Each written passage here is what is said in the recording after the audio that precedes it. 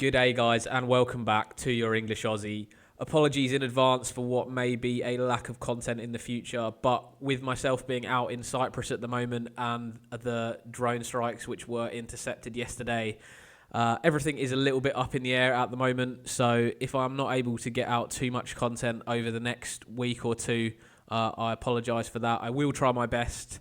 So here comes the best defenders, midfielders and forwards for you for game week 29. Strap on your boots and let's dive straight into the video.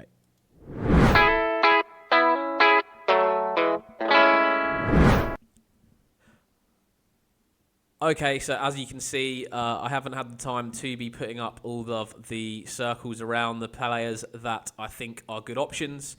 We're just going to do a quick video today, so I will talk through a few of the key guys, and you can screenshot this for the future if you do want to keep these. Looking at this list, obviously Chris Richards at the top has been the highest scoring defender. However, looking at the fixtures over the next sort of 3 to 5 game weeks, I would say that the Leeds defenders are people that potentially you might start to look to target, especially coming in on a game week 32 wildcard, which I know a lot of you are looking at. I do think it is the optimal option to wildcard in 32, bench boost in 33 and free hit in 34. Normally I am someone who likes to go for a few differential chip strategies. However, I can't see anything that really does look as good as that strategy. I'm sure it will be quite mainstream. However, I do suggest that people go for this, given I think it is the best strategy going forwards.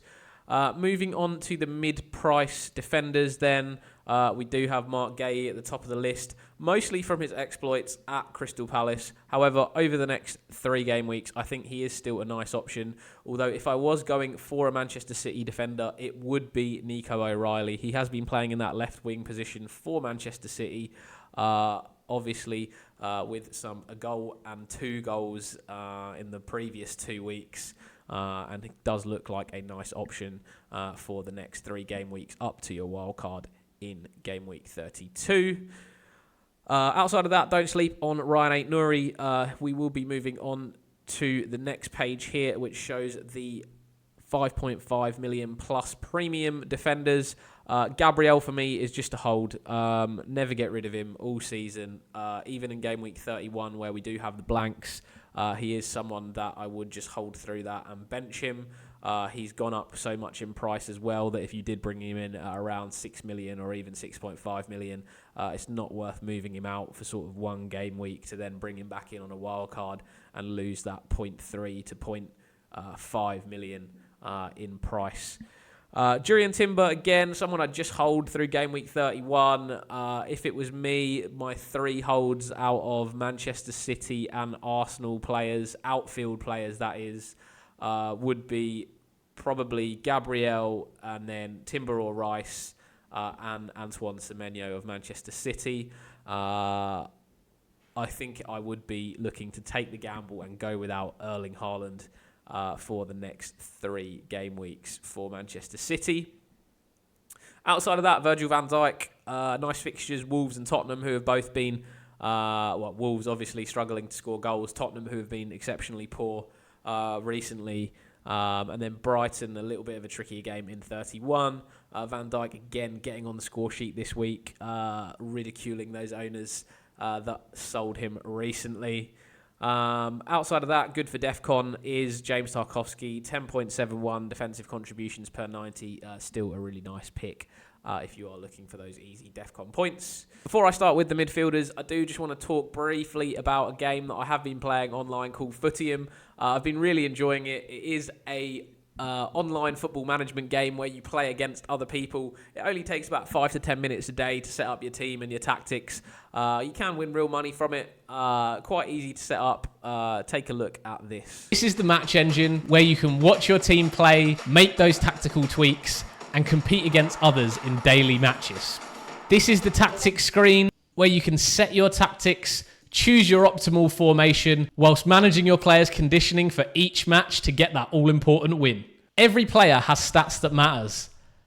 Things like stamina, leadership, and what foot they play with. These aren't just numbers, they affect how your tactics play out on the pitch. So if you're into football tactics, management / building a club, or you just want to try something new, click play for free now and sign up with an email address to start your Footium journey. I've left a link down below in the description so you can sign up to my Friends League and we can compete against each other. Look forward to seeing you guys there. So into the cheap midfielders, and top of the list is Anderson and Garner of Nottingham Forest and Everton. Now these two guys are just DEFCON magnets. Defensive contributions per 90 for Elliot Anderson, 14.04. This week was the first week he's missed out on DEFCON for the last, I think, 12 game weeks. Unbelievable numbers from him. James Garner as well, who has been chipping in with goals and assists for Everton. Fantastic DEFCON per 90 numbers of 12.28. That's above the 12 required for midfielders to gain an additional 2 points. Feel free to reach out if you do need any clarification around any of these things at the top here. I do have them down on the right-hand side of the screen, what each of these metrics mean.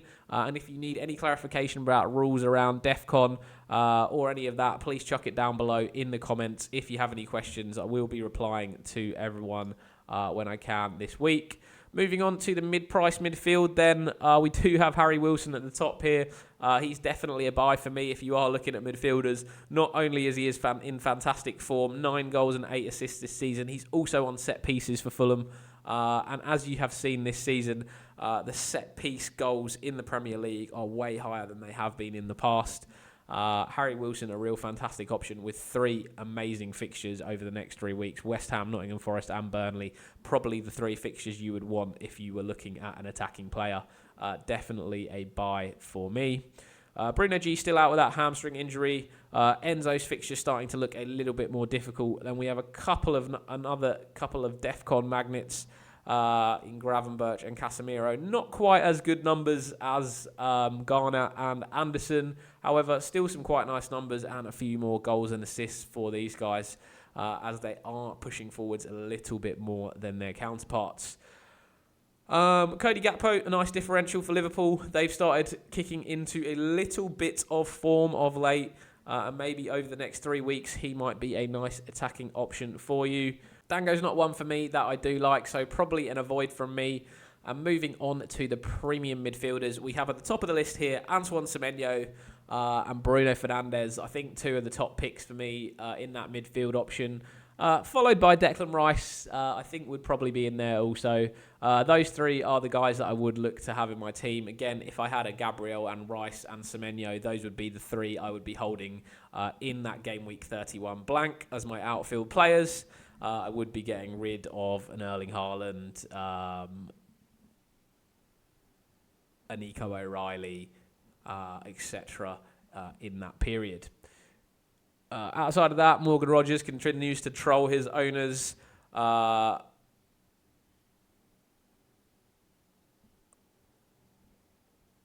Continues to troll his owners that do not pick him up in his game week spurts. Similar to a bit of a Phil Foden, Morgan Rogers. He tends to go on a run where he scores a lot of points and then goes absent and doesn't do anything. From an FPL perspective, let me add, I think he's still a fantastic player for Villa in general during the season.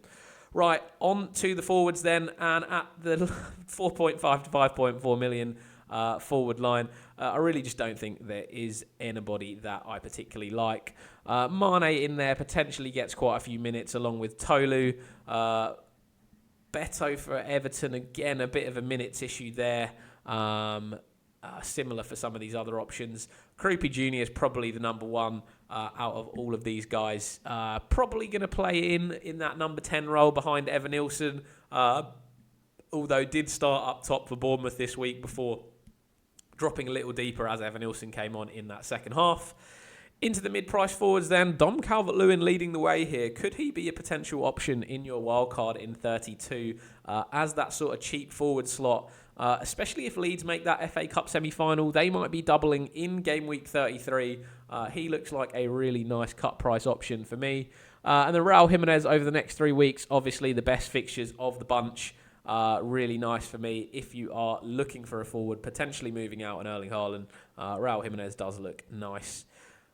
Into the premium midfields, into the premium forwards. Erling Haaland tops the list. However, still yellow flagged. We're not sure of the extent of his injury at the moment and whether he'll be back for game week 29. But for me, I don't really mind taking him out of my team for a 3-game week punt. If you are looking to go a little bit differential, Thiago in great form, João Pedro in some decent form, and Ekitike as well here in some nice form. Don't forget about Gyökeres. He is looking really nice. However, between 29 and 31, I wouldn't be bringing him in, given that he blanks in that game week 31.